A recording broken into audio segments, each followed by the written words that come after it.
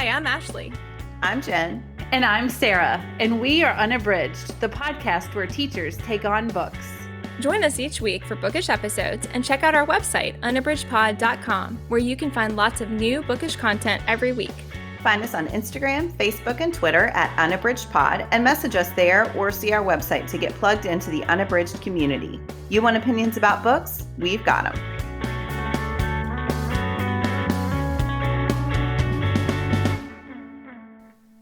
Hey, this is Ashley, and I am here with teaching tidbit number 28. Today I wanted to talk with you about Asana. Before I dive into Asana today, I just wanted to remind you that we have a Teachers Pay Teachers store. So if you're on the Teachers Pay Teachers site, you can just search for Unabridged Podcast, and we have a lot of resources on there that we've created. We have discussion guides, we have discussion questions for popular young adult books. There's just a lot of different resources that we've made or used in the classroom that we wanted to share with you. So we've talked some this season about just organizational tools that you can use in the classroom. You can use them to keep yourself organized with your classes, but also with your team members or people in your building. And so I talked a bit about Google Keep a while ago. Sarah talked about Slack. Asana is another tool that you can leverage that can really, really help with organization. So if you're looking to get started with Asana, you can just go to asana.com. And one of the things that I really love about Asana is that they have a robust free program. So there is a paid version, but you really have great access within the free version of it, and that access doesn't time out. So I really feel like one of the reasons I wanted to recommend it is because there are a lot of great options out there, but a lot of them, to leverage them effectively, you find yourself needing to do a paid version. And I just really appreciate that Asana keeps their free version robust, and it can do a lot for you. So if you go there, you'll see that you can set things up just by signing up and creating an account. They do have a desktop app and a mobile app, and both of those work really well as well. I use quite a few different organizational systems, and Asana I find to be the most reliable as far as syncing between all the different places. So I love how their notifications work. I find that the mobile app and the desktop app work really well, but you of course also can just use the browser. Asana can be used individually. So if you're just looking for a system, maybe you want to move a little bit beyond calendars, or like I talked about before, Google Keep, you want something that can do a little more as far as tasks and subtasks and keeping you organized on things that are coming up, deadlines, dates, those kinds of things. Asana can do all of that. So you could build a unit or a semester in Asana, and you really could get yourself organized that way. I prefer the list view in Asana, but one of the things that I love about it is that you do have different ways that you can organize the information. You can do a list view, you can do a board view, so then it's grouped by boards and you really can see things that way. And then you can do a calendar view. Jen uses Asana as well, and she operates in the calendar view and really loves that for herself and her classes and doing her planning. So there are a lot of different choices as far as customization so that you can really get things working for you. Also within Asana, you can have quite a few different teams. So you might want to have your own projects in there. Like I said, you can organize your own classes that way.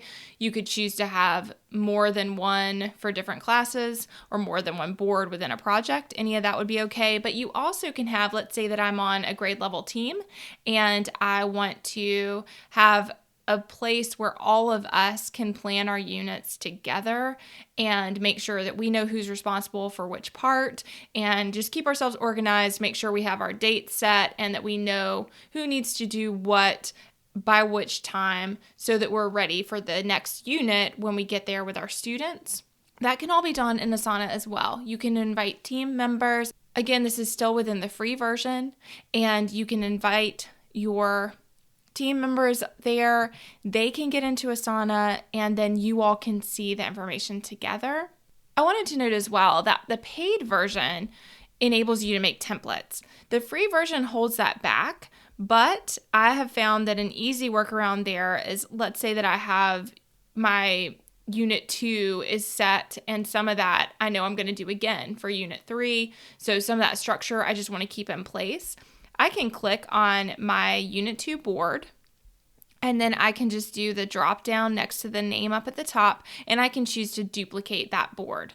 So that's a method I use a lot when I want to replicate a workflow. So I have something kind of set up. I know what my tasks and my subtasks are. People within my team are already assigned to those different tasks and subtasks. I can carry all of that over and then just give it a new title for the next unit. So that's a really nice feature as well. And note also that you can organize everything by boards. So again, you have your large umbrella here is the project.